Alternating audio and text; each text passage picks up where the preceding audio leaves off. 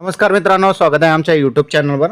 तर मित्रांनो, भारत सरकारच्या भारतीय हवामान विभागाकडून मिळालेल्या माहितीनुसार 4 एप्रिल 2026 पासून ते पुढील 5 दिवसांचा हवामान अंदाज आपण बघणार आहोत. 4 एप्रिल, 5 एप्रिल, 6 एप्रिल, 7 एप्रिल आणि 8 एप्रिल रोजीचा हवामान अंदाज राहणार आहे. आता सर्वात अगोदर आपण या ठिकाणी जिल्ह्यानुसार माहिती बघून घेऊया, कोणत्या जिल्ह्यामध्ये कशा प्रकारचं वातावरण राहणार आहे. यामध्ये आपण जर बघितलं तर पालघर असेल, ठाणे असेल, मुंबई असेल, रायगड असेल, रत्नागिरी असेल, या जिल्ह्यामध्ये, त्याचबरोबर सिंधुदुर्ग असेल, धुळे असेल, या जिल्ह्यामध्ये तुम्हाला पुढील 5 दिवस हवामान कोरडे राहणार आहे. फक्त सिंधुदुर्ग, रत्नागिरी आणि धुळे या 3 जिल्ह्यांमध्ये 4 तारखेला मात्र ढगाळ वातावरण तुम्हाला पाहायला मिळणार आहे. मात्र पुढील 5 दिवस तुम्हाला हवामान कोरडे पाहायला मिळणार आहे. त्यानंतर नंदुरबारमध्ये सुद्धा 4 तारखेला तुम्हाला थोड्या प्रमाणात तुम्हाला ढगाळ वातावरण पाहायला मिळणार आहे. त्याचबरोबर पुढील 4 दिवस संपूर्ण हवामान कोरडे असेल. त्यानंतर जळगाव आहे, त्यानंतर नाशिक आहे. या 2 जिल्ह्यामध्ये आपण जर बघितलं तर पुढील 2 दिवस म्हणजे 4 आणि 5 तारखेला तुरळक ठिकाणी विजांच्या गडगडाटासह वादळी ते हलक्या ते मध्यम स्वरूपाचा पाऊस असेल. वाऱ्याचा जो वेग असणार आहे तो 30 ते 40 किलोमीटर प्रति तासाने या ठिकाणी वाऱ्याचा वेग असणार आहे. त्यानंतर 6, 7 आणि 8 तारखेला संपूर्ण हवामान हे दोन्ही जिल्ह्यामध्ये कोरडे राहणार आहे, नाशिक आणि जळगाव या जिल्ह्यामध्ये. त्यानंतर नाशिकच्या डोंगराळ भागामध्ये जर आपण बघितलं तर 4 तारखेला तुम्हाला हलक्या स्वरूपाचा पाऊस असेल.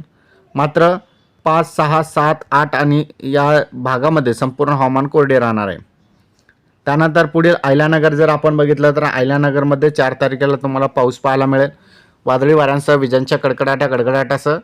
आणि त्यानंतर 5 तारखेला मात्र तुम्हाला हलक्या स्वरूपाचं ढगाळ वातावरण पाहायला मिळेल, तुरळक ठिकाणी हलक्या स्वरूपाचा पाऊस असेल. 6, 7, 8ला संपूर्ण हवामान कोरडे राहणार आहे.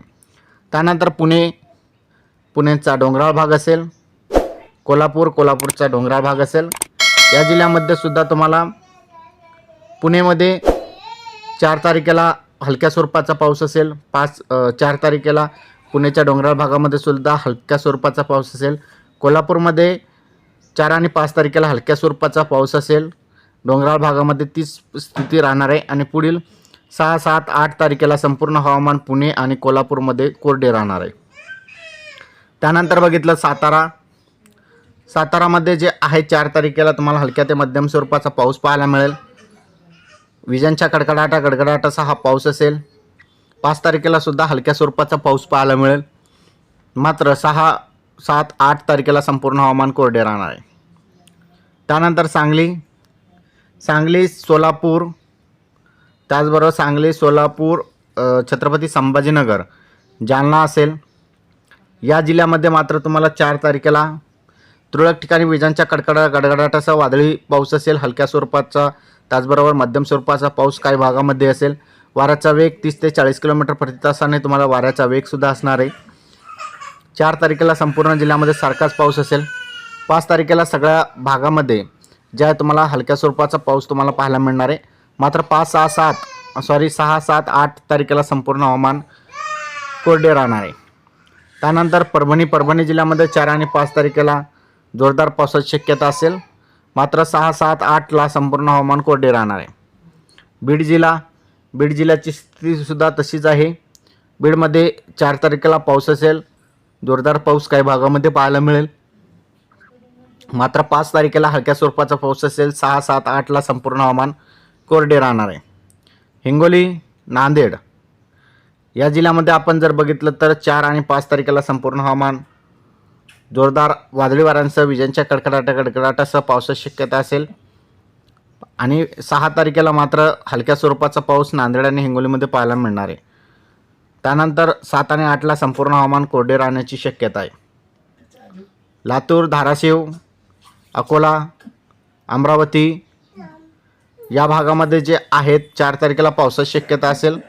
मात्र 6, 7, 8 तारखेला संपूर्ण हवामान कोरडे राहणार आहे, कोणत्या ठिकाणी पावसाची शक्यता नसणार आहे. त्यानंतर भंडारा, बुलढाणा या भागामध्ये जर आपल्याला बघायचं झालं तर बुलढाणा संपूर्ण कोरडे असेल पुढील 5 दिवस. मात्र भंडारामध्ये 4, 5, 6, 7 तारखेपर्यंत संपूर्ण हवामान पावसासंदर्भात पोषक असेल. अनेक भागामध्ये तुम्हाला विजांच्या गडगडाटासह पावसाची शक्यता असेल.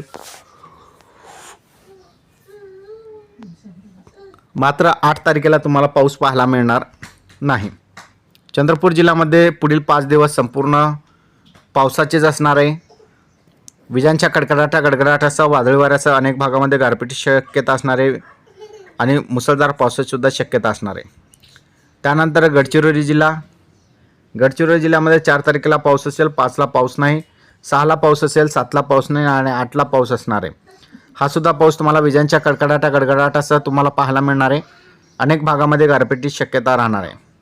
गोंदिया जिल्ह्यामध्ये पुढील 5 दिवस जोरदार वादळी वाऱ्यांसह विजांच्या गडगडाटासह पाऊस असेल 5ही दिवस.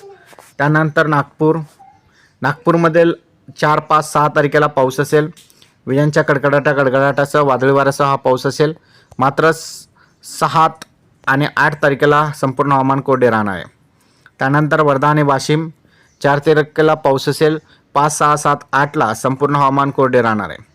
शेवटचा जिल्हा आपला यवतमाळ जिल्ह्यामध्ये जर आपण बघितलं तर 4 तारखेला पाऊस असेल, 5ला पाऊस नसणार आहे, 6ला पाऊस असेल, 7ला आणि 8ला पाऊस राहणार नाही. तर अशा प्रकारे बघितलं तर या ठिकाणी संपूर्ण हवामानाची आपण माहिती घेतलेली आहे. तुम्ही जिल्ह्यानुसार बघू शकता. या ठिकाणी जिल्ह्यानुसार सुद्धा त्यांनी माहिती दिलेली आहे. कोणकोणत्या जिल्ह्यामध्ये कशा प्रकारचं वातावरण राहणार आहे. तर 6-7ला पावसाचा जोर कमी होईल, 4 तारखेला जास्त आहे, 5 तारखेला सुद्धा जास्त आहे आणि 7 तारखेला 8 तारखेला संपूर्ण जे पावसाचा जोर आहे तो कमी होईल. फक्त विदर्भातील 2-3 जिल्हे आपण जर सोडले तर हे 7 आणि 8 तारखेला पाऊस त्या ठिकाणी राहणार आहे. तर अशा प्रकारे बघितलं तर आपण पुढील 5 दिवसांचा हवामान अंदाज बघितलेला आहे. कोणत्या भागामध्ये कशा प्रकारचा वातावरण असतो आपण या व्हिडिओच्या माध्यमातून बघितलेला आहे. मागील 2-3 दिवसामध्ये जर आपण बघितलं तर महाराष्ट्रामध्ये भरपूर ठिकाणी विजांच्या गडगडाटासह गारपीट झाली. अनेक भागामध्ये मुसळधार पाऊस पडला, नदी नाल्यांना पूर आले, गारपीट पडली, अनेक ठिकाणी मोठं नुकसान शेतकऱ्यांचं झालं. तर तुम्ही हा व्हिडिओ कोणत्या जिल्ह्यातून बघत आहात कमेंटमध्ये नक्की सांगा आणि मागील 2-3 दिवसामध्ये तुमच्याकडे पाऊस पडला का ते सुद्धा नक्की कमेंट करा, जेणेकरून आपल्याला माहीत असेल की हा व्हिडिओ तुम्ही कोठून बघता, जेणेकरून त्या जिल्ह्याची माहिती आपण आणण्याचा प्रयत्न करू. जसं उदाहरणार्थ तुम्ही छत्रपती संभाजीनगरतून हा व्हिडिओ बघत असाल आणि छत्रपती संभाजीनगरमध्ये मागील 2-3 दिवसामध्ये पाऊस झालेला असेल तर याची सुद्धा तुम्ही माहिती देऊ शकता. जर झालेला नसेल तर याची सुद्धा माहिती देऊ शकता. तर अशा प्रकारचा हा महत्त्वपूर्ण व्हिडिओ होता. व्हिडिओ कसा वाटला कमेंटमध्ये नक्की सांगा. धन्यवाद.